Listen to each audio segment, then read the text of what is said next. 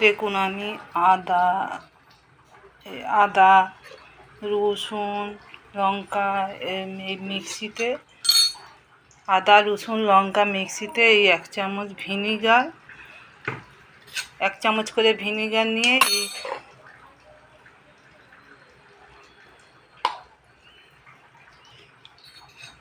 Vinegar দিয়েছি, দিয়ে ভালো করে মিক্সিতে বেটে নিয়ে এই সারা মাসের জন্য আমি রেখে দিই, তাহলে ভালো থাকবে একদম।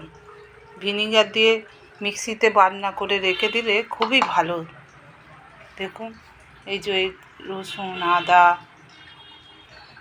লঙ্কা, এটা শুকনো লঙ্কা আর কাঁচা লঙ্কা একসঙ্গে মিক্স করে বেটে রেখে দিয়েছি। এটা আমার সারা মাসের জন্যে রেখে দিয়েছি, এগুলো খুব ভালো থাকে।